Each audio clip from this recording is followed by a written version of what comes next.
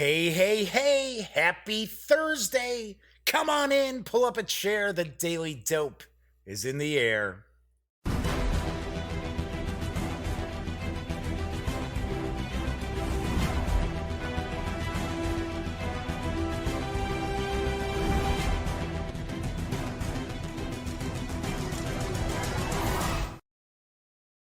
Howdy, howdy, howdy, gang. Yes, I'm Jeff McAleer, back once again as your host here at The Daily Dope, presented by thegaminggang.com, of which I happen to be the founder and editor-in-chief. Otherwise, I like to say I'm the Grand Poobah.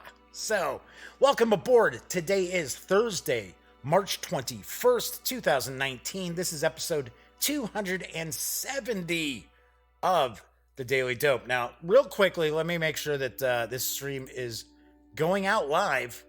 Yes, it is showing that we are live. Good deal. All right, so I can get back out of there. So, strangely enough, YouTube changed that stream code on me again, the stream key. So I actually started the stream at 7 o'clock. I started the show at 7 Central Time, and I'm kind of chatting a little bit. Yes, hey, lead magnets popping in. Yes, I am live. As I was just starting to say, I was live at 7 o'clock Central. Started kind of, talking a little bit, and then I'm thinking, I didn't see anybody pop up in chat, which is very unusual. So I thought, I'm going to take a look and see if I'm streaming live, because for some strange reason, my software won't tell me that YouTube isn't streaming it. So I take a look. Nope, it's not live. So I go take a look at the stream key, and damn it, they changed it again. So I guess what's going on with YouTube is, so if you go like to the Gaming Gang channel, and I'm not doing a stream, it'll show like upcoming, which is like the live show. So right like after this show is over, I believe if you go to the channel, even after the video renders, it'll show my review for The Laughter of Dragons, and then it'll show an upcoming, like here's the upcoming show, and it will say Laughter of Dragons. So I had been deleting that upcoming thing, because why do I want to show here's my video and here's an upcoming of the same video? But I think by doing that, it was switching up my streaming key. So anyway, all right, so I do want to mention that because this is a live stream, chat is available on YouTube. If you have a question, or you want to say hello, or maybe there's something about the Laughter of Dragons for the One Ring from my friends over at Cubicle 7 Entertainment that you want to hear about, or have me delve into a little more in depth, then by all means, please chime in. Do want to point out, chat is not on screen. It's one of the ways that I keep some of the stranger commenters at bay. So before I jump into the review, something I do want to share with everybody, and I wanted to share it on tonight's show. I didn't want it to be like next week or anything like that, so people think, oh, it's an April Fool's joke. Starting tonight, I am not going to be including the tabletop gaming news on any of the shows. And it's not because I don't like doing the tabletop gaming news. I really enjoy it. I know people out there do like it as well, especially some of the folks who watch live and jump into chat. But the problem is, I am not getting enough views on these videos. And one of the reasons is, it's probably the main reason, people will see, oh, it's an unboxing of whatever, and they take a look and they see the time is like an hour and 15 minutes. And people are not going to click on the video thinking, oh, hey, it's just an unboxing, but it's an hour and 15 minutes long. Absolutely not. So I can't continue to have like a GMT video pull in hundreds and then thousands of views, and then in the same week have a like an unboxing for a Stronghold game title, Stronghold games, I should say, such as, like, for an example, Forum Trajanum. I did an unboxing of that. I've got like 35 views on it. So, I can't justify doing a Monday through Friday show if people aren't going to be watching it. Now, I know live, there's usually about 15 to 30 people, amazingly enough, watching this live stream. And I know there are, because once the stream is over, before the video renders, it is not listed. It is not available for anybody to look at until I publish that rendered video. So you watch it live, and then for about an hour after that, you can't see the video. Then it gets published. Well, once that stream is over, there's usually 15 to 30 people who have viewed it. So that's how I know. That's how many people are watching live. And I'm normally not one of them. That's why I was like, hey, I need to go look to see if I'm streaming live or not. So that's all I'm talking about. It's just going to be a shorter show.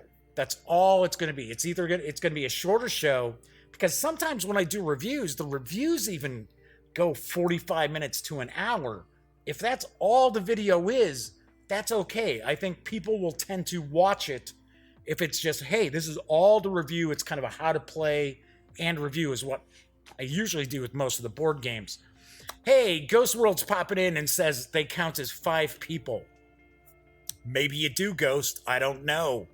So, so Ghost probably just missed it. I was talking about no more gaming news. I'm trying to shorten up the shows to get more viewers, because I know for a fact when people see, oh, hey, Jeff's unboxing, let's say Call to Adventure, right? Now, Call to Adventure is doing okay. I've got over 100 views on it, but it's a brand new game. It's from Brotherwise Games. There isn't a lot of coverage out about it just yet, and it should have way more views. But when you see, if you look at the video, because of the news and the unboxing, it's over an hour long, and I'm sure that's dissuading people from checking it out. Anyway, all right, doing a weekly gaming news. I don't know. I don't honestly think, because I do the news on the website. The website draws in about 100,000 unique viewers, well, unique audience, whatever you want to consider it, every month. So the website pulls in loads and loads of people for the gaming news. So I don't know. I honestly, yeah, Ghost, I don't know. People can't skip past the news. Yeah, I know. It's just, but I'm telling you, I've had a couple of people point out when they see that the show is an hour and 15 minutes long, hour 45 minutes long, they're not going to click on it. They're just looking right past it, because they're going to see somebody else is like, oh, the Dice Tower, they're doing a review and it's 18 minutes long. So, no, sorry, dedicated show is not going to work, Ghost. I don't have the time to be doing 6 shows a week. Sorry, the gaming news is over. That's all I can tell you. It's over, done with. Gonna just focus on what we're talking about for that night. Or like an unboxing review, what have you. I can't justify doing a 5-night live stream when I've got videos. 2 of the videos a week are pulling in 40 views. Can't do it. I can't do it. It's not worth my time. I'm not getting paid to do this.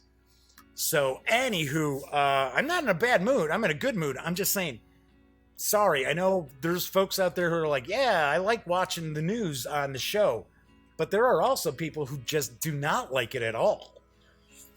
So what have you. Now, anyway, do want to point out, if you end up liking the video, please give it a thumbs up. If you check out some videos on the Gaming Gang channel and you dig them, be sure to subscribe. And don't forget to ring that little bell, because that bell will not only notify you when a new video is aired, but it will also tell you when the stream goes live. All right, so when I look at YouTube analytics, can I see individual views per time on the stream? Like when they drop off on the stream, just curious. I can see exactly what the average view time on videos are. I can see with the live stream, I can see when people come in and pop off. So yes, I can see that, but it doesn't like, I can't sit there and say, oh, the videos from the past week and average it all out. But actually, normally more people start tuning into the show later. So, and I've even noticed that with people popping up in chat. Sometimes we have people popping up in chat after the news or right at the end of the news. So I think some of those folks are also like, Yeah, I know Jeff does like his news for a half hour. I guess I'll turn it around on at about 7:30 Central. So yes, there are analytics that are available for me to take a peek at, but not like they are for once the video is rendered and up. There's lots of stuff I can look at. I can look at things where it tells me what percentage of people who see the thumbnail for the video click on it and watch it. And out of that percentage of people who click on it and watch it, how long do they watch it for? And stuff like that. So, I mean, I'm not bothered by the watch time. The watch time is actually pretty good. The watch time is actually longer than the average that people will watch videos. It's the number of views. It's just the number of views. I can't sit there and say to Stephen Bonacore, who's a friend of mine, say to Stephen over at Stronghold Games, hey, Stephen, I'd love for you to send me XYZ game to check out. And he sees that his games are only getting 50 views. It's not going to happen.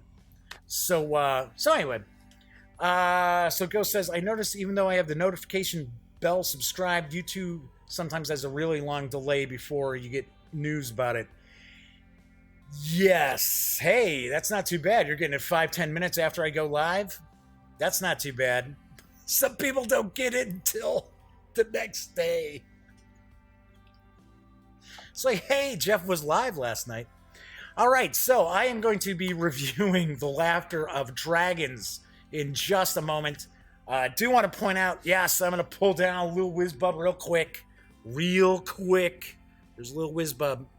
Yes, because as I've been mentioning in the conversation here, the Gaming Gang and the Daily Dope are not for profit.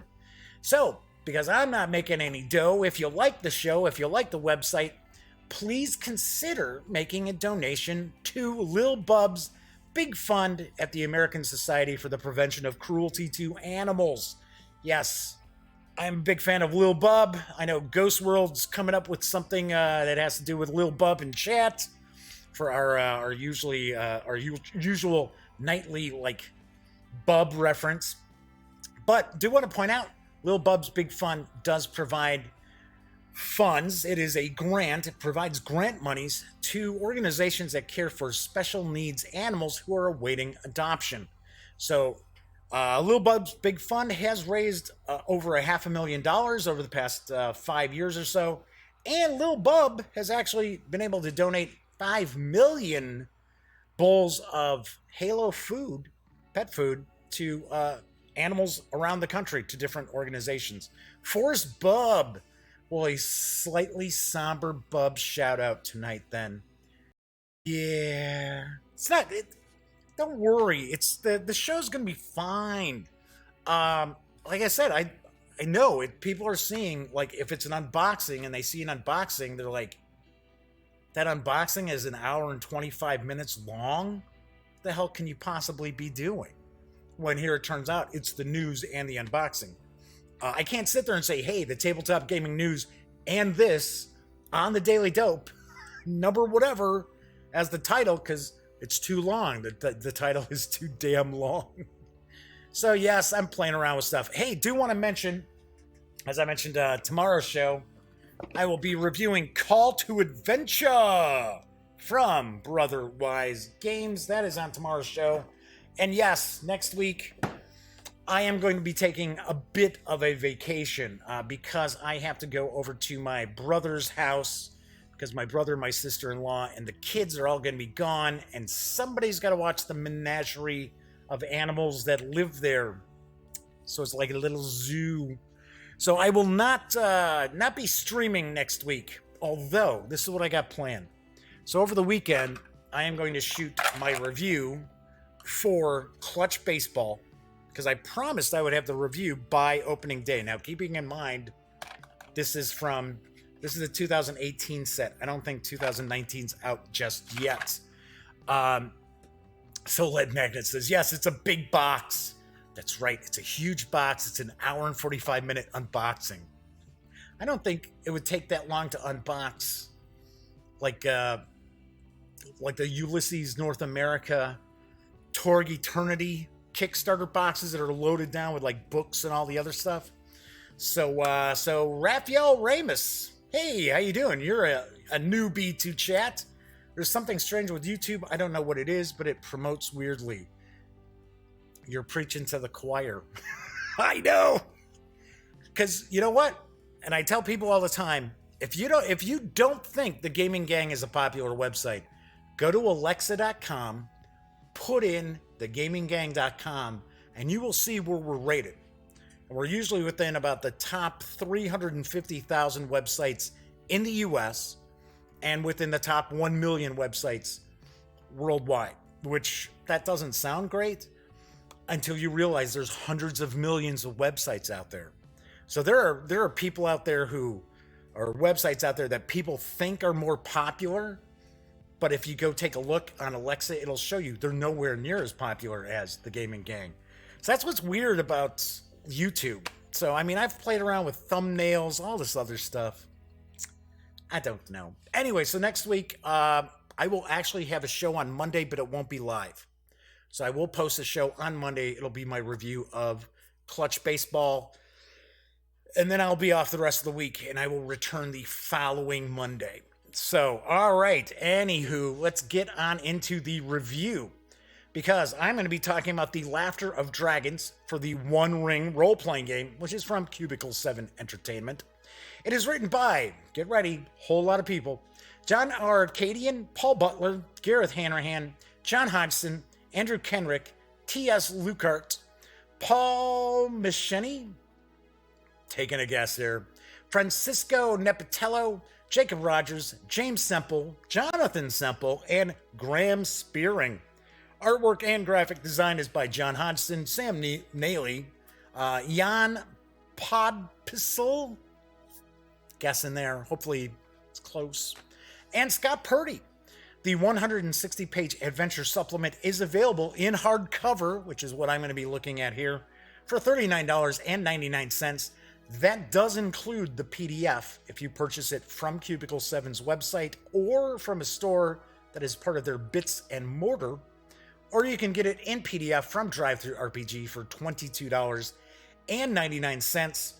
As I always point out, on DriveThruRPG, if you are going to go visit any of the One Bookshelf sites, please click on one of our banners at thegaminggang.com. That way, if you do make a purchase, we get a little piece of that sale. Hey, Flaming Huron's popping in. All right, so looking forward to the review. I got the One Ring bundle recently, and I do like it. Cool deal. Nice. All right, so we're moving over to the other camera here. Hey, you know what? One thing I do want to mention, too, I was talking about DriveThruRPG.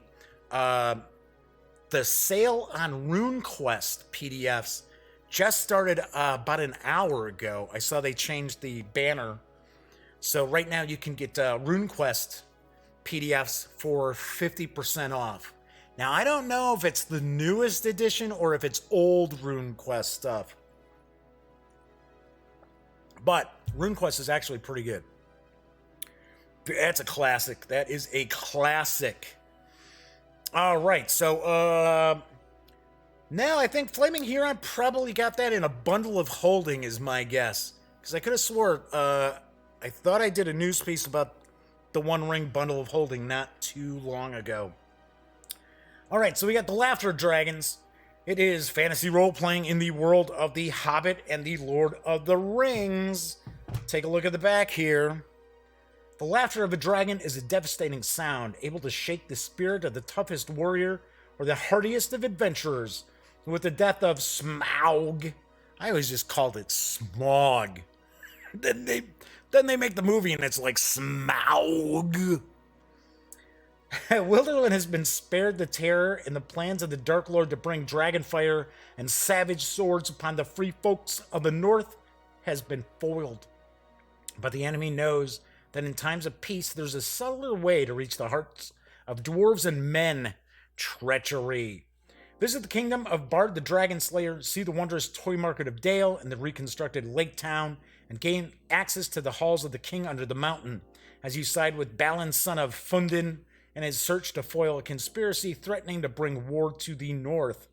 The Laughter Dragons contain 6 ready-to-play adventures you can play separately or as connected parts of a conspiracy that will unfold over the course of several years. The adventure takes place in the areas described in the Erebor supplement, a useful companion to this volume. All right, so I do want to mention that last piece there where it says the Erebor supplement. I do not have that, but I'll tell you right now, I can guarantee that that comes in mighty, mighty handy, especially if you were planning on running the Laughter of Dragons as a campaign, because there are 6 adventures that tie together. Now, they don't have to tie together. You can run these as separate individual adventures.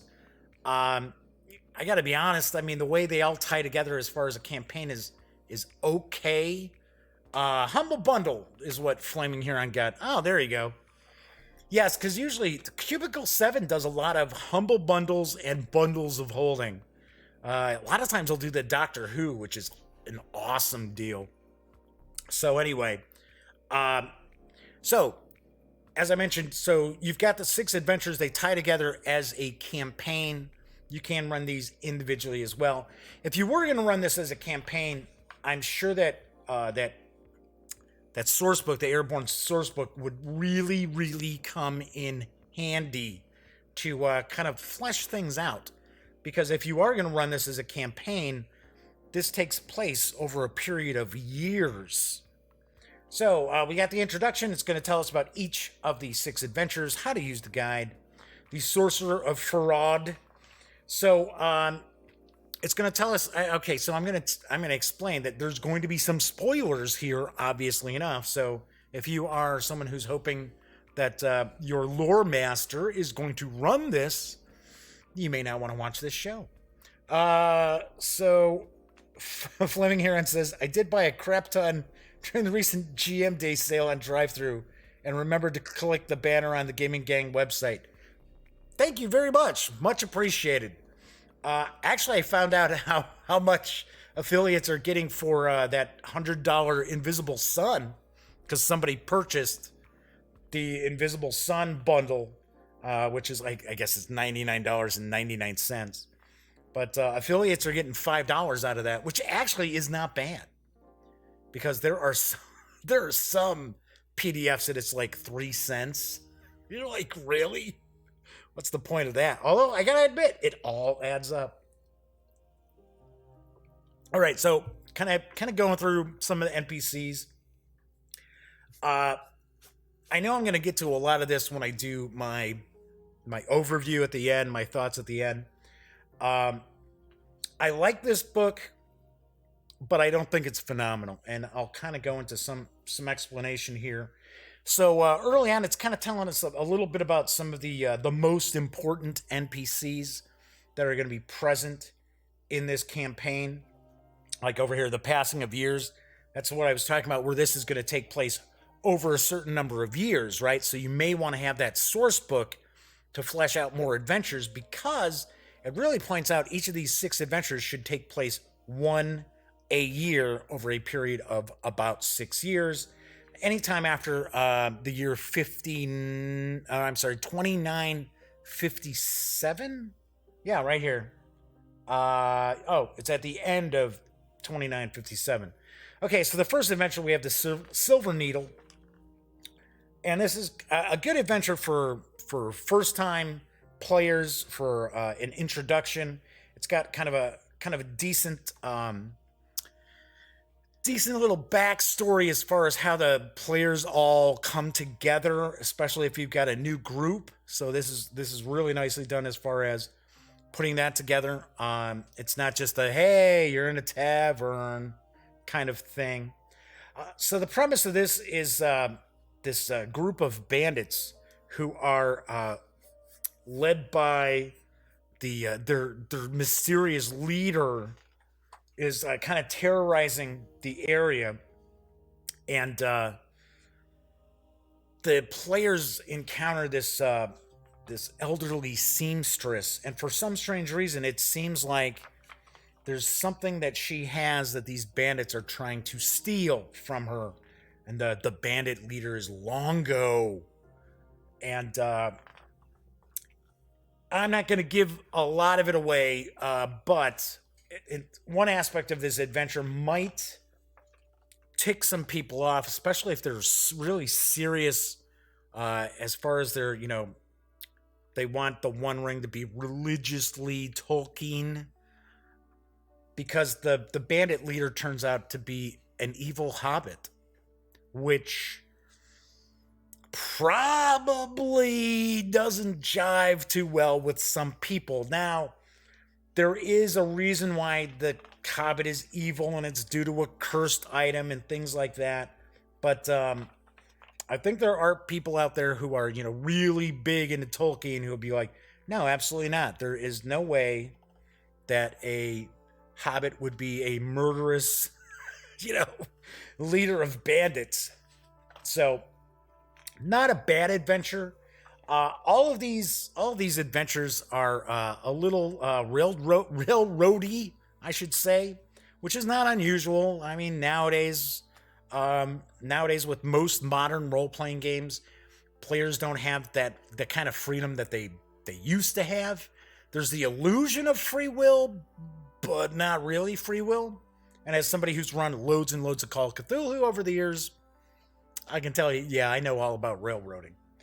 Okay, then we've got of hammers and anvils. So this is where the players are going to meet Balin, and Balin kind of becomes sort of a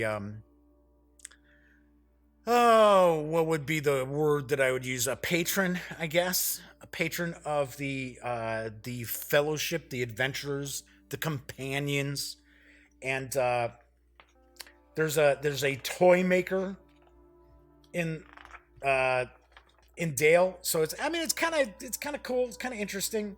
You start learning a little bit more about this conspiracy that's going on, kind of behind the scenes. There are a couple of counselors who, one of them really, really does come across as they're probably a villain in this, but they aren't.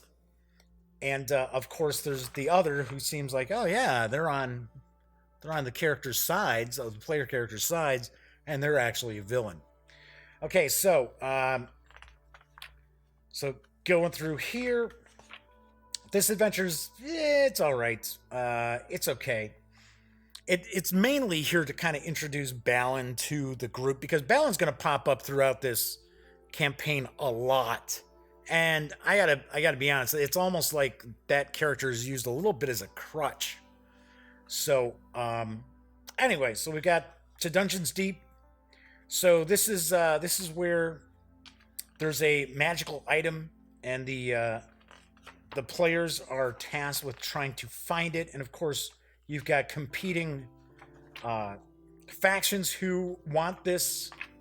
There's actually quite a bit of combat in this adventure, but interestingly enough, the adventure actually concludes. The big conclusion is not combat.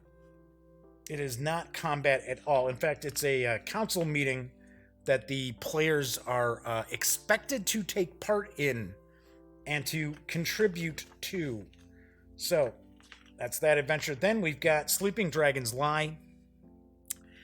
In my opinion, I think this is the best of the adventures in the book. Although it's kind of weird because Smaug has been defeated, and yet there's another dragon that's nearby. How did that happen, right? So the real background to this campaign is, of course, Sauron is trying to manipulate the dwarves and the men of the North. So to make sure that their alliances are weakened, that they're constantly at each other's throats, that the different kings are, just don't trust each other, things like that. And of course, this new dragon is part of that as well. Now, behind the whole scheme, you'll also find is actually a Nazgul, which the final adventure the players are going to have to confront. So with the sleeping dragon, let's just say the dragon doesn't stay sleeping for long. So the adventurers will will actually battle the dragon. And depending on how good the lore keeper is, that final confrontation could be really, really exciting. There's a lot that could be going on with that. Also, the players have a great opportunity to concoct a cool scheme. Hey, Vinyl Rabbit's popping in. Howdy, Vinyl Rabbit. Good to see you. Okay, so like I said, I actually dug this one. This is probably my favorite adventure of the bunch. It's actually, I believe it's the longest of the adventures too. See, like I said, you can come up with your own plan by stealth and guile, by hook or by crook. Conversations with the dragon. Slaying the dragon! The dragon is dead! Hey, there's the epilogue. Unless your characters stink, then it's like, womp womp. Fail. No, this cannot be played solo. Vinyl, if you're looking for some cool solo, cool solitaire role-playing, I would definitely, and you want like a traditional role-playing game, not something on your tablet or computer or something like that, I would recommend checking out Tunnels and Trolls. So definitely give that a look, because there are loads and loads of solitaire adventures for that. And it's actually, okay, now I'm going off on a little tangent again. It's actually a very cool system.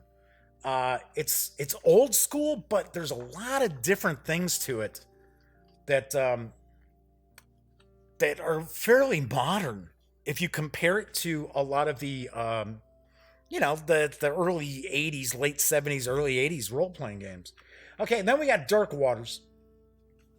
So this, once again, the players are finding out way, way more about this conspiracy. And I thought this adventure is okay.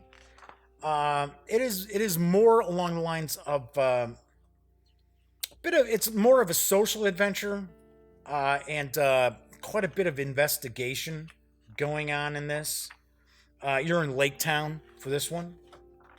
So I do have to point out, you don't really travel a whole lot all over the place. So in this adventure, in this campaign.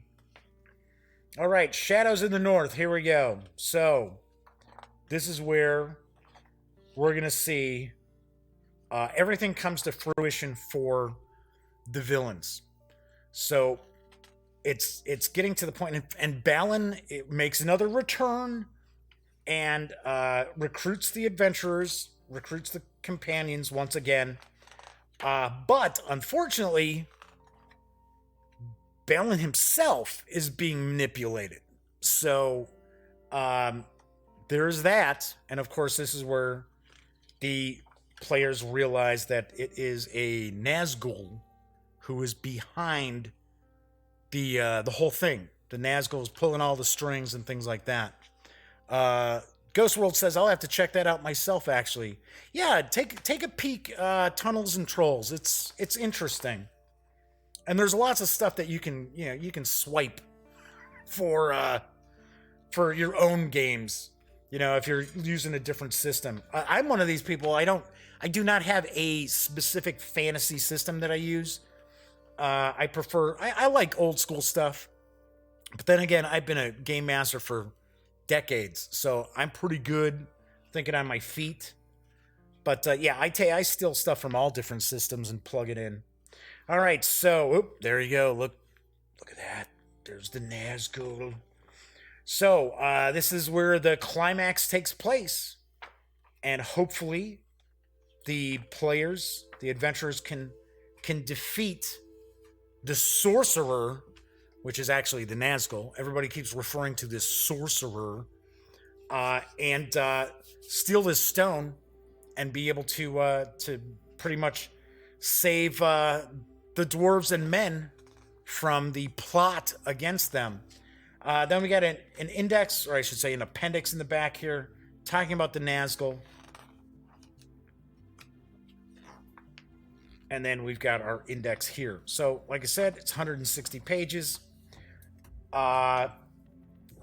Weird thing, though, is now I got to be honest, I am not overly familiar with a lot of the One Ring releases that are out there. I did review the original. I did review the original box set that came in. It was 2 books. When it was Adventures, it was what was it? Adventures on the Cusp of the World or something like that. It was not the One Ring. It was not called just the One Ring role playing game. I liked it. And then my new correspondent, well, she's been around for a couple of months now. Sammy did a review of the updated edition of the One Ring. But like a lot of the adventures and things like that, I have not had an opportunity to really dig down into. So, what do I think of The Laughter of Dragons? I like it, but like I said, I don't think it's phenomenal. I don't think it's great. Like I said, like the Sleeping Dragon adventure, really like that. The Silver Needle, which is where it starts off, and it's the Hobbit bandit leader, and they're trying to steal a needle from this seamstress, and it's a magical needle. It was created by the elves, and I kind of dig the needle. What it does, it's not like crazy magic, but pretty cool little magic side effect of sewing with the needle. So I like that. I mean, some of the adventures I think continually pulling Balin out to draw the characters back into the adventure again is a little weak. I think the overall tie-in is a little weak. It's sort of like are all the One Ring adventure supplements all about Sauron trying to influence the North and stuff like that? I don't know. It seems some of it feels like it's kind of rehashed, and that's kind of one of the problems I sort of had with it is nothing really comes across as being really fresh and original. Don't know. But it's not bad. It's not horrible. I mean, it's definitely, if you are a big fan of the One Ring, I would say, yeah, most definitely pick it up. Keeping in mind, you got the evil hobbit, which will probably turn some people off. Some of the adventures have probably more combat than some people who enjoy the One Ring probably want, because there are people who do play the One Ring who are more into just the whole Middle Earth aspect of it, as opposed to the combat aspect of it as well. Anyway, all in all, it's good. Like I said, it's good. It's just not phenomenal. Another thing, I mean, the actual hardcover itself, the quality is very, very nice. The artwork is a little meh. I mean, some of the artwork gets recycled through the book too, that I noticed. I was like, huh, okay. Not a lot, but there are a couple images that I know right off the top of my head. It's like, hey, I just saw that a couple of pages back. But yeah, it's pretty good. So on a scale of 1 to 10, I give The Laughter of Dragons for the One Ring role-playing game a 7.8 out of 10. So just to remind people, because some people flip out when it's like 7.5, because they're like, oh, that means it's bad. It's like, no, it means it's good.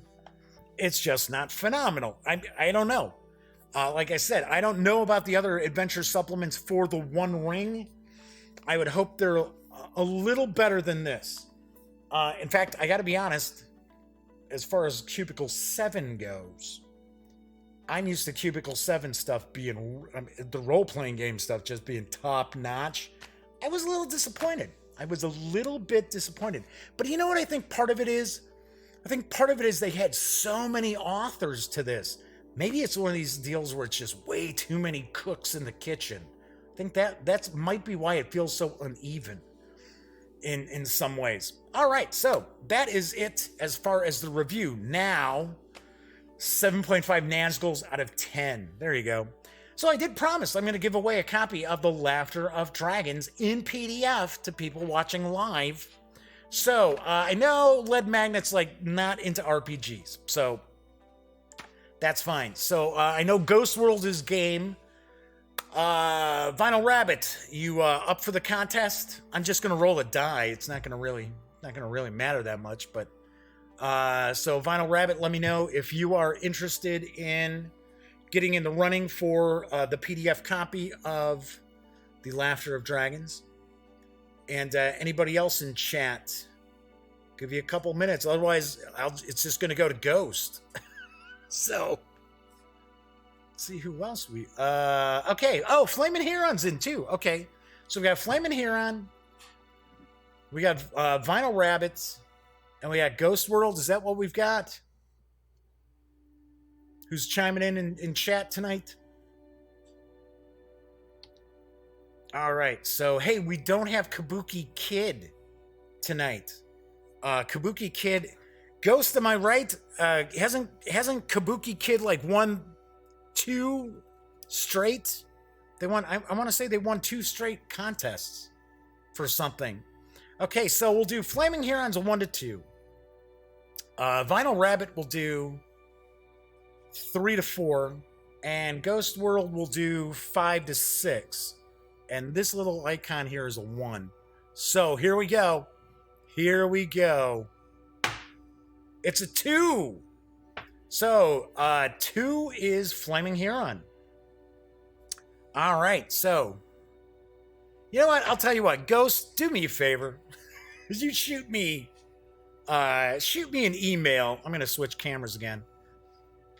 Yeah, Kabuki won at least twice. You shoot me an email to my email address. It's down in the corner here. I'm going to set you up with something. Because I know there's been a few game systems that you've been interested in. So yeah, do me a favor, do that. Okay, so Flaming Heron, you got to do the same. You need to send me an email to that email address that is down in the lower corner. And I will shoot you a link for the PDF of The Laughter of Dragons. Like I said, I mean, it's good.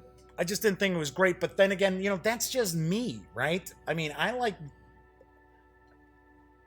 got to point out, there are some reviewers I'll check. Take a peek to see what they think of role-playing game stuff. Not this stuff, because I never see them reviewing this stuff. But there's a guy named Bryce. He does old school Renaissance reviews over at 10footpole.org. Then there's I only want free stuff when I win. Yeah, okay, that's fine. I mean, I got extra copies of PDFs. That's why I'm mentioning this. It's not, you know, it's not any skin off my nose. So anyway, so there's 10-foot pole. There's N Zeitgeist, who is really big at reviewing stuff. And putting the reviews up on Drive-Thru RPG. So those are 2 people that I tend to check out. And it's funny because Bryce over at 10-foot pole is like really, really picky. So there's a lot of, I mean, it's very rare for him to say something's really excellent. Whereas N Zeitgeist, it's like everything is awesome, which I gotta be honest, that's bullshit. Because there's a lot of crap out there as far as role-playing game releases. Yet this guy, he throws around 5 stars like nothing. Like that's the average. So I think things are more towards 10-foot poles opinion on stuff where it's like 95% of the stuff is pretty crummy. It's about 5% that's actually really good. So anyway, all right. So that is it for tonight's show. Oh, so wait a second. So Vinyl asked, where should I start with Tunnels and Trolls? You can pick up the core book. The core book, I think it's maybe $10 in PDF over at Drive-Thru RPG. You want to make sure you get the most recent edition. And then Naked Doom is a pretty good solitaire adventure. I think, if I remember right, the core book actually has a solo adventure in it too.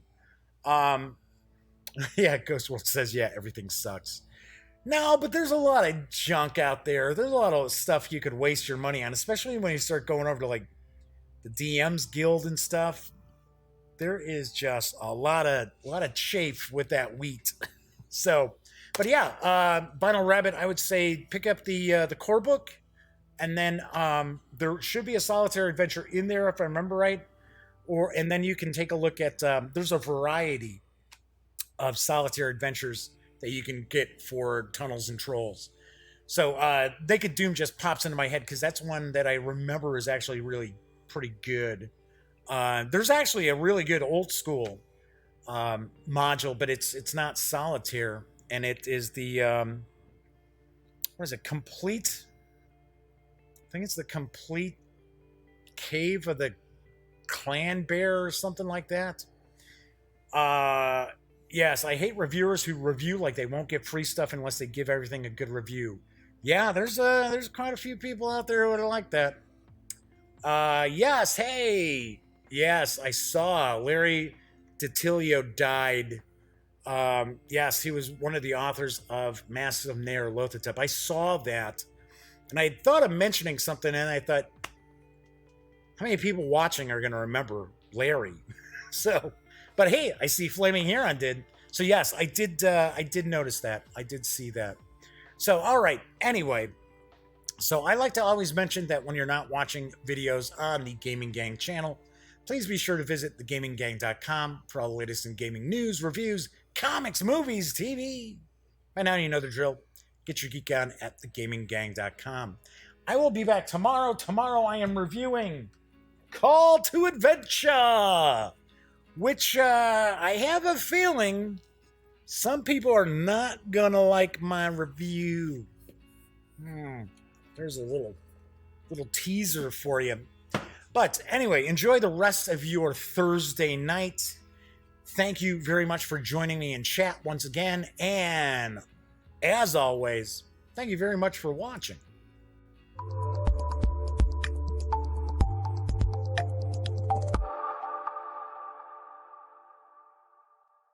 Thanks again for watching The Daily Dope, presented by The Gaming Gang. If you like this episode, be sure to give it a quick thumbs up. And if you dig the channel, please subscribe. If you'd like to check out our previous episode, click right here. And if you want to check out a somewhat randomly selected episode, give a click right down here. It'll be like opening a box of Cracker Jacks. You just don't know what you'll get. Once again, thanks for watching, and I'm Jeff McAleer.